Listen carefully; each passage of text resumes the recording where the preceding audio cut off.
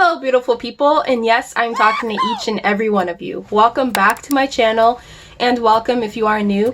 My name is Kendra, and I'm pretty sure you read the title of this video. However, if you missed it, I wanted to go over what emotional trauma is and also how you get rid of it, as well as all of the different types and causes. First things first, what is emotional trauma? Basically, it's the result of any extraordinary stress. And there are three different types of trauma. There is acute, there's chronic, and there's complex. With acute, that is when a single stressful event is happening.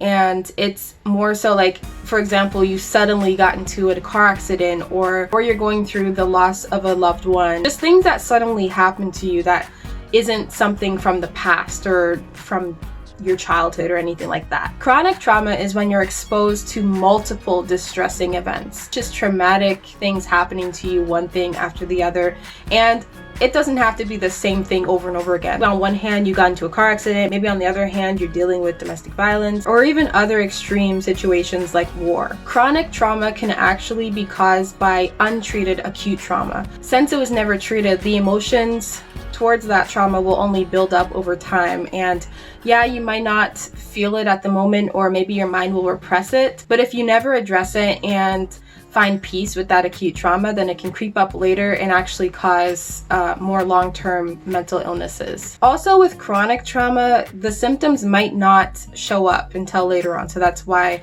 we say that acute trauma can actually turn into chronic trauma, because at the time that the acute trauma happened, maybe you completely repressed it, or maybe you dissociated or something like that, so you don't realize how hurt you are by that trauma. And I'm not talking about physical hurt, I'm talking about mental hurt. Maybe you aren't acknowledging the emotions that came out of that trauma, so then later on it'll show up and turn into a chronic trauma. It can take years to show up, because your mind will repress certain things to protect you, like on purpose, like it's intentionally trying to protect you.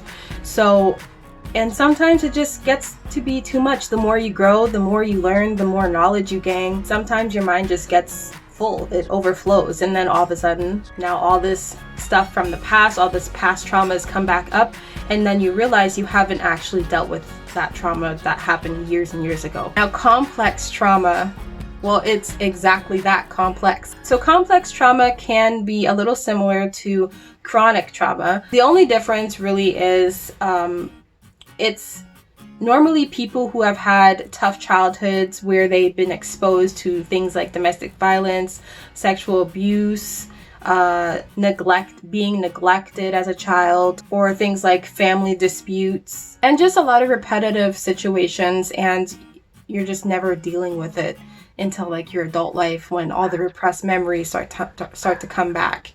And complex trauma can affect a person's overall health, a person's overall like relationships, their work performance, their schooling, and it could have a huge impact, a huge negative impact on their life. Basically, complex trauma is a mix of a little bit of everything, like every type of abuse you can think of, every type, like it's just, there's so much going on, and it can take years and years of therapy and different treatment plans. The thing that all three of these have in common are their symptoms. So with all of them, you may experience anxiety, depression, emotional outbursts, a lot of anger. So how do you get rid of emotional trauma? First, I'll say you can't really get rid of the things that cause that trauma, but you can learn how to manage and cope with the trauma. So I've got 5 different tips that I would recommend that I have done myself. And these are not really in any particular order. You could probably do 2 at the same time, and I'll explain why in just a second. But number 1 is to take time to actually process what has happened to you. If you are able to identify what happened to you, give yourself some time to process it and to feel the emotions that come along with it.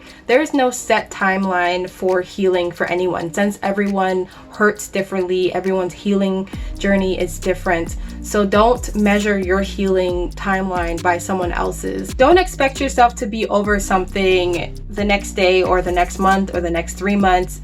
You don't really know when you're going to be over it. Of course, it's going to take you some time to get over that car accident. Of course, it's going to take you some time to get over losing your loved one, if you are able to get over it. I don't think you ever actually get over it. I think you just learn how to cope with it. Allow yourself to grieve whatever it is. Like maybe you are going through this big life change. For example, if you just got diagnosed with a long-term serious illness, take some time for yourself to grieve your old life. Tip number 2 is to reach out to your doctor and let them know how you're feeling.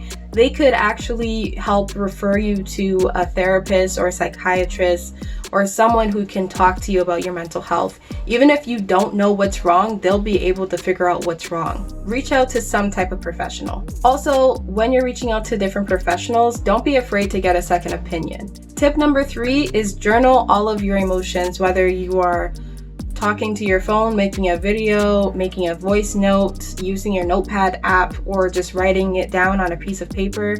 Journal all the emotions that you go through, whether they're good or they're bad. Journal all of them, because I found that even when I did reach out for help, I was put on a waiting list, right? And that's common to be put on a waiting list to see a psychiatrist or a therapist. So in that time that you're waiting, journal all of your emotions, journal all of your days, like what's happening today, how are you feeling today, were you triggered today by something, did you completely lose your over something or have some kind of outburst.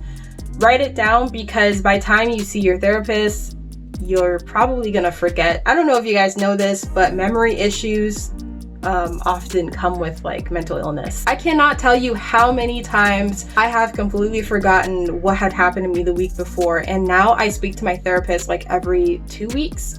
So I do keep notes in my phone, or just if I'm near a piece of paper or something, I'll write something down, because sometimes when the appointment actually comes, I'm like, I'm great. Comment down below if you guys have ever experienced this, whether it's about like mental health or whatever. If you have a doctor that is often busy, so you have to book like far in advance, and then by the time you actually see your doctor, you appear to be completely fine. And that's the same case with like therapists. It's like, oh, I'm having a meltdown on Monday, but my appointment's not till Friday. And then once Friday comes along, oh, I'm great. Especially with BPD, all those emotional roller coasters. Please take notes on yourself. It will help a lot, and it'll speed up your diagnosis process. Something else that helped me, and this is tip number 4. Sorry, I have notes down here. Something that helped me was reaching out to others like me. So for example, after I got diagnosed with BPD, I started I started joining different Facebook groups with other people who had BPD. And even though the causes of your BPD or the symptoms or whatever might not be the exact same, you could bet that there's at least 100 people out there somewhere in the world who are experiencing the same thing that you're experiencing.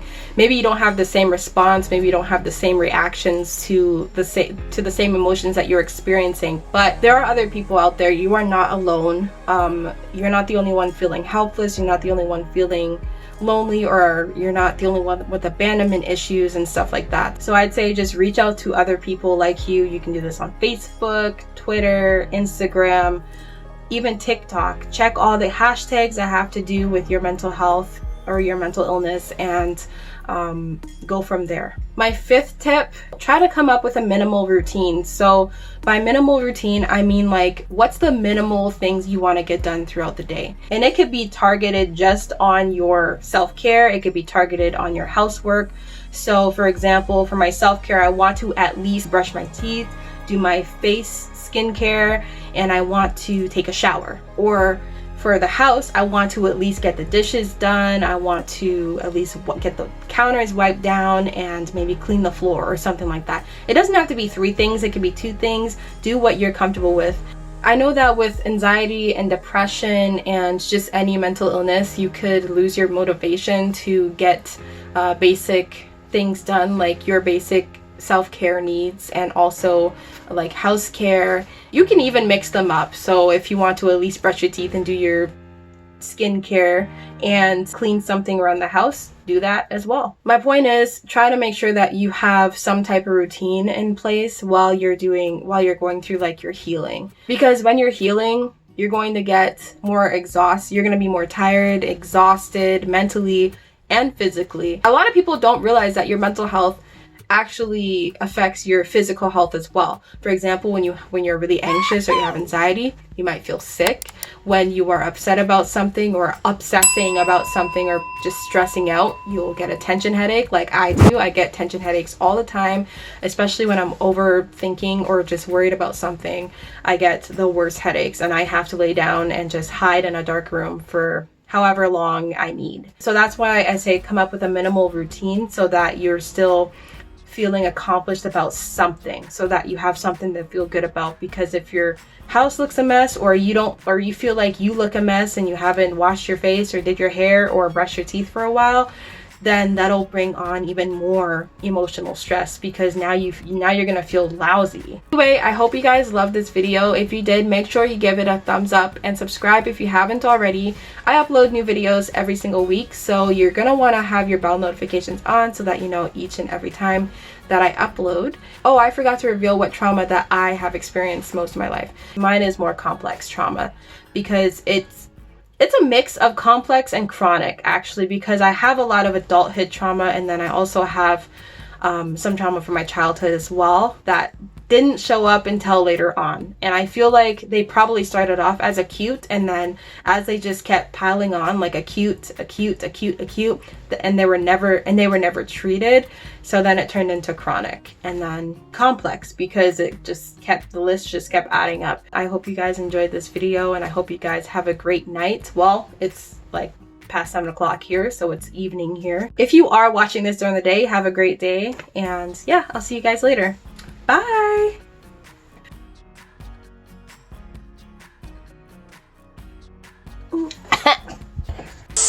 Basically, it's the result of any extraordinary. Please don't forget to leave this video today. What? Don't forget to leave this video today. Give your time.